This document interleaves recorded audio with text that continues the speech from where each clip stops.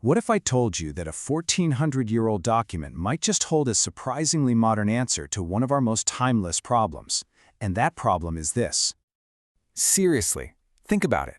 How do you take a city that's on the very brink of civil war, a place just filled with rival tribes, different religions, and generations of bad blood, and somehow turn it into a single functioning community? That was the massive challenge. And the answer, believe it or not, was actually written down.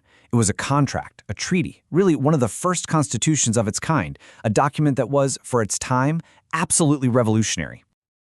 We're talking about the Charter of Medina. And this wasn't just some dusty historical text, it was a radical blueprint for creating a pluralistic society, long before we even had a common word for that. It was a whole new way of imagining how people could live together. Now, to really get just how groundbreaking this was, we've got to understand the world it was born into. So let's set the scene. The year is 622 CE.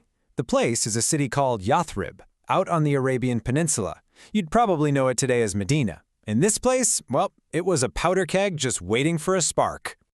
I mean, just look at the mix of people here. You've got the Muhajirun, who were Muslim refugees from Mecca. You've got the local Ansar tribes, the Aus and the Khazraj, who had been locked in a bitter feud for generations. Then you have three powerful Jewish tribes who were huge players in the city's economy. And on top of all that, various pagan Arab clans. This was not a unified city. It was a patchwork of factions, each with its own agenda, its own history, and its own loyalties.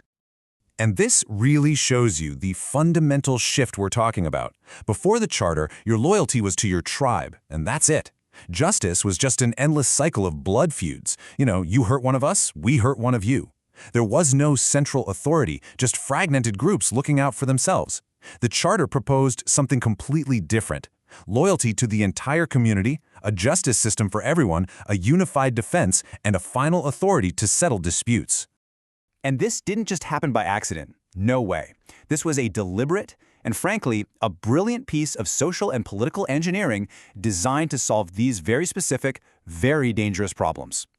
The absolute heart of this whole document is the idea of the Ummah. Now, you might think of that purely as a religious term, but in the Charter, it meant something bigger. It was a single political community, bound together not just by faith or by blood, but by a formal social contract that everybody agreed to. What it did, essentially, was create a brand new definition of we. It looked at this collection of rival groups and said, hey, your tribe is still your tribe, but now you're all part of something bigger. You are all members of the political community of Medina. So the big question is, how did the charter actually pull this off? Well, it was built on a few core revolutionary ideas, or pillars.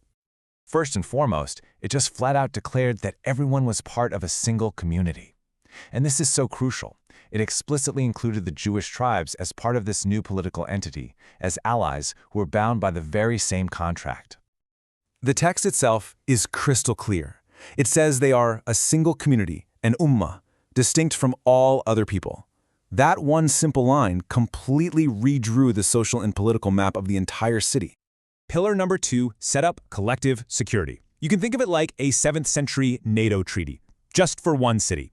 The deal was simple. An attack on any group that signed this charter was an attack on everybody, and all of them had to join in to defend the city.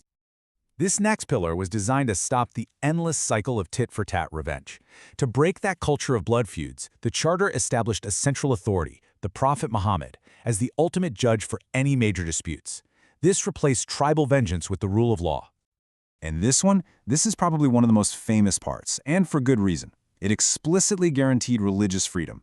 The charter states, to the Jews their religion and to the Muslims their religion. Political unity did not require everyone to believe the same thing. For that era, that was a truly radical idea. And finally, it made Medina a safe zone. The city itself was declared a sanctuary, a place where bloodshed and violence among its own people were forbidden. It was a commitment to peace right there within their own walls. So, what does this all add up to? Why are we still talking about this document 14 centuries later? Well, let's take a look at its incredible legacy. Many scholars argue that this is, in fact, one of the world's very first written constitutions. It didn't just solve a local fight, it actually laid out a functional blueprint for how a multi-religious, multi-tribal state could be governed by a shared social contract. So what's the big takeaway here? Just think about it. It established the idea of citizenship being more important than just kinship. It created a real framework for different faiths to cooperate. It provided a model for the rule of law over tribal revenge. It's really no wonder that to this day, it's a foundational text when people discuss the ideal of a just state in Islamic political thought. Which, of course, brings us right back to where we started.